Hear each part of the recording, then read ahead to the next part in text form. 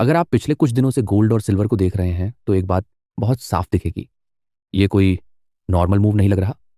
ये ऐसा मूव है जो ध्यान खींचता है, सवाल पैदा करता है और सबसे बड़ी बात, अक्सर लोगों को गलत दिशा में सोचने पर मजबूर भी कर देता है। क्योंकि जब कीमतें तेजी से ऊपर जाती हैं तो भीड़ का दिमाग दो हिस्सों में बंट जाता है। एक हिस्सा कहता है अब तो निकल गया, और दूसरा हिस्सा कहता है ये तो बस शोर है, वापस गिर जाएगा। लेकिन मार्केट अक्सर दोनों एक्सट्रीम सोच को पनिश करता है।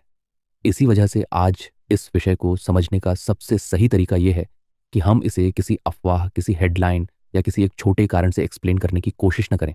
गोल्ड और सिल्वर जैसी चीज़ें जब स्ट्रांग होती हैं तो उसके पीछे आमतौर पर एक लेयर्ड रियलिटी होती है। कई फैक्टर्स एक साथ काम कर रहे होते हैं और मार्केट धीरे धीरे उन्हें प्राइस में रिफ्लेक्ट करता है। सबसे पहले इस समय ग्लोबल एनवायरनमेंट की रियलिटी ये है कि क्लैरिटी कम है और अनसर्टेनिटी ज़्यादा। अनसर्टेनिटी का मतलब सिर्फ टेंशन या न्यूज़ नहीं है। अनसर्टेनिटी का मतलब है कि इंस्टीट्यूशंस और बड़े पार्टिसिपेंट्स को फ्यूचर का रास्ता पूरी तरह साफ नहीं दिख रहा। और जब फ्यूचर साफ नहीं दिखता तो मार्केट का नेचुरल बिहेवियर रिस्क को रिड्यूस करना होता है। यही वो मोमेंट होता है जब कैपिटल प्रोटेक्शन वाली थिंकिंग आगे आ जाती है। मतलब फोकस ये नहीं रहता कि सबसे बड़ा रिटर्न कहाँ मिलेगा, फोकस ये रहता है कि वैल्यू कहाँ रिलेटिवली स्टेबल रह सकती है। गोल्ड का फंडामेंटल आइडेंटिटी यहीं से एक्टिवेट होता है, क्योंकि गोल्ड किसी एक बैलेंस शीट का प्रॉमिस नहीं है, किसी एक इकोनॉमी की ग्रोथ स्टोरी नहीं है और किसी एक एसेट क्लास की उम्मीदों पर डिपेंडेंट नहीं है। गोल्ड की डिमांड का कोर साइकोलॉजी ट्रस्ट है। एक ऐसा ट्रस्ट जो लोगों को तब भी खींचता है जब बाजार बाकी जगहों पर एम्बिग्विटी महसूस कर रहा हो। अब यहाँ एक और प्रैक्टिकल पॉइंट समझना ज़रूरी है। ऐसे मूव्स अक्सर सिर्फ रिटेल एक्साइटमेंट से नहीं बनते।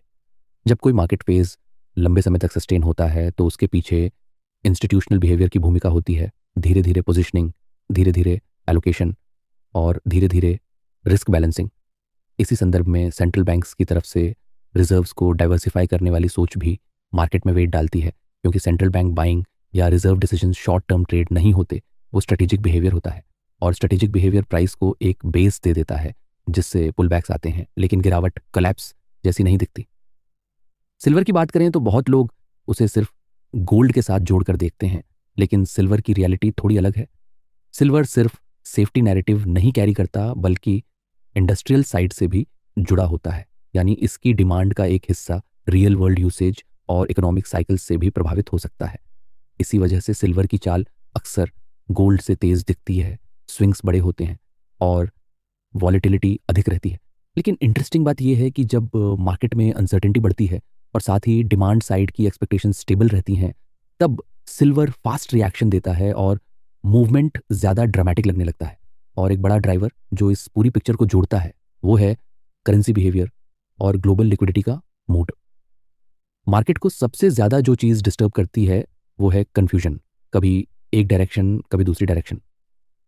जब क्लैरिटी नहीं होती तो प्राइस एक्शन में भी शार्पनेस बढ़ती है और सेफ एसेट्स की तरफ अटेंशन बढ़ता है। इसलिए गोल्ड और सिल्वर की यह मजबूती सिर्फ ट्रेंड नहीं लगती, बल्कि मौजूदा ग्लोबल रिस्क सेंटिमेंट का एक प्रैक्टिकल रिफ्लेक्शन लगती है। इस फेज में सबसे इंपॉर्टेंट बात यही है कि हम इसे वन लाइनर में रिड्यूस न करें। यहाँ क्यों का जवाब एक सिंगल कारण नहीं, बल्कि कई लेयर्स का कॉम्बिनेशन है।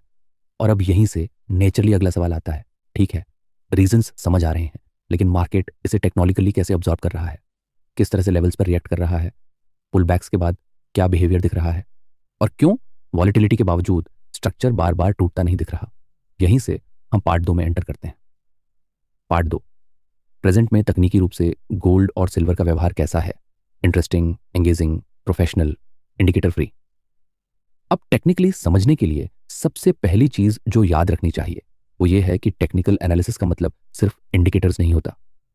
टेक्निकल एनालिसिस का मतलब होता है मार्केट की भाषा पढ़ना, प्राइस किस तरह चल रहा है, किस तरह रुक रहा है और किस तरह दोबारा डायरेक्शन पकड़ रहा है।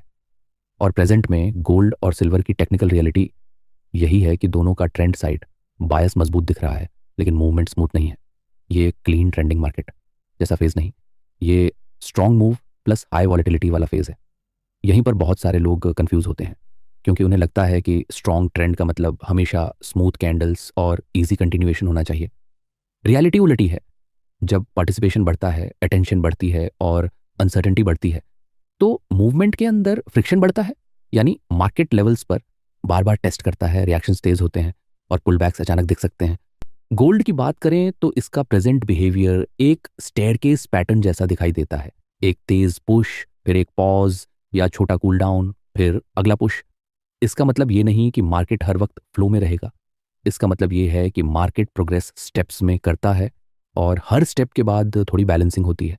ये बैलेंसिंग कई बार तेज़ पुल बैक की तरह भी दिख सकती है, खासकर जब प्राइस बहुत तेज़ी से ऊपर गया हो। लेकिन जब तक पुल बैक्स के बाद प्राइस खुद को स्टेबलाइज कर रहा है और स्विंग्स एक कंसिस्टेंट रिदम में बने हुए हैं, तब तक ये मूवमेंट रैंडमनेस नहीं कहलाती। ये एक कंट्रोल्ड वॉलेटिलिटी कहलाती है। कंट्रोल्ड वॉलेटिलिटी का मतलब है कि बाजार शोर भी कर रहा है, लेकिन दिशा को पूरी तरह छोड़ नहीं रहा। अब इसी जगह पर साइकोलॉजिकल लेवल्स का इंपॉर्टेंस बढ़ जाता है। जब गोल्ड बड़े लेवल्स के आसपास ट्रेड करता है तो क्राउड रिएक्शन भी बढ़ता है। किसी को लगता है अब और ऊपर, किसी को लगता है अब गिरना चाहिए।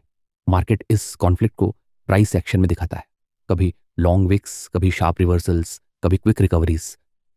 लेकिन ये सब इस तरह के एनवायरनमेंट में नॉर्मल है, क्योंकि मार्केट का काम सिर्फ ट्रेंड चलाना नहीं, मार्केट का काम लिक्विडिटी को भी टेस्ट करना है। और लिक्विडिटी टेस्ट करने के लिए मार्केट सडन स्पाइक्स और अब्रप्ट मूव्स क्रिएट करता है। सिल्वर टेक्निकली इसी पैटर्न को और ज्यादा तेज रूप में दिखाता है। सिल्वर का नेचर गोल्ड की तुलना में अधिक रिएक्टिव है, इसलिए सिल्वर में वही पुल बैक जो गोल्ड में नॉर्मल करेक्शन लगता है, वो सिल्वर में अचानक झटका जैसा लग सकता है। यही वजह है कि सिल्वर के मूव्स विजुअली ज़्यादा ड्रामेटिक होते हैं, पर इसका मतलब हमेशा वीकनेस नहीं होता। कई बार ये सिर्फ वॉलेटिलिटी की इंटेंसिटी होती है। सिल्वर में स्विंग्स बड़े होते हैं, रेंज बड़ी होती है और इसलिए शॉर्ट टर्म में मूव्स अनप्रिडिक्टेबल लग सकते हैं। लेकिन बिगर स्ट्रक्चर अगर इंटैक्ट है तो ये अनप्रिडिक्टेबिलिटी असल में मार्केट की स्पीड का संकेत है, न कि ट्रेंड के खत्म होने का। इस फेज में टेक्निकल रियलिटी को समझने का सबसे प्रैक्टिकल तरीका यह है कि आप नॉइज़ और स्ट्रक्चर में फ़र्क करें। नॉइज़ वो है जो मिनट टू मिनट या छोटे टाइम फ्रेम्स में रैंडम दिखे। स्ट्रक्चर वो है जो पूरे मूव का रिदम डिफाइन करे। अगर रिदम इंटैक्ट है तो वॉलेटिलिटी सिर्फ रास्ते की कॉम्प्लेक्सिटी है, और अगर रिदम टूटे तभी वीकनेस कंफर्म होती है।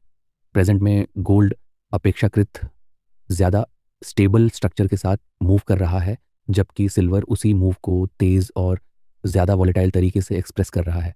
और यही इस समय का कोर टेक्निकल समरी है। डायरेक्शन साइड स्ट्रेंथ दिख रही है, लेकिन रास्ता स्मूथ नहीं है।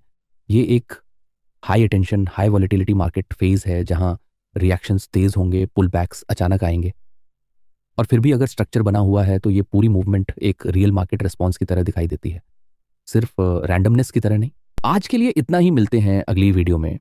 अगर आप एक ट्रेडर हो तो अभी साइकोलॉजी वाली वीडियो आपको हाईलाइट हो रही होगी, जरूर से देखना और इस वीडियो को ज़रूर से लाइक करना।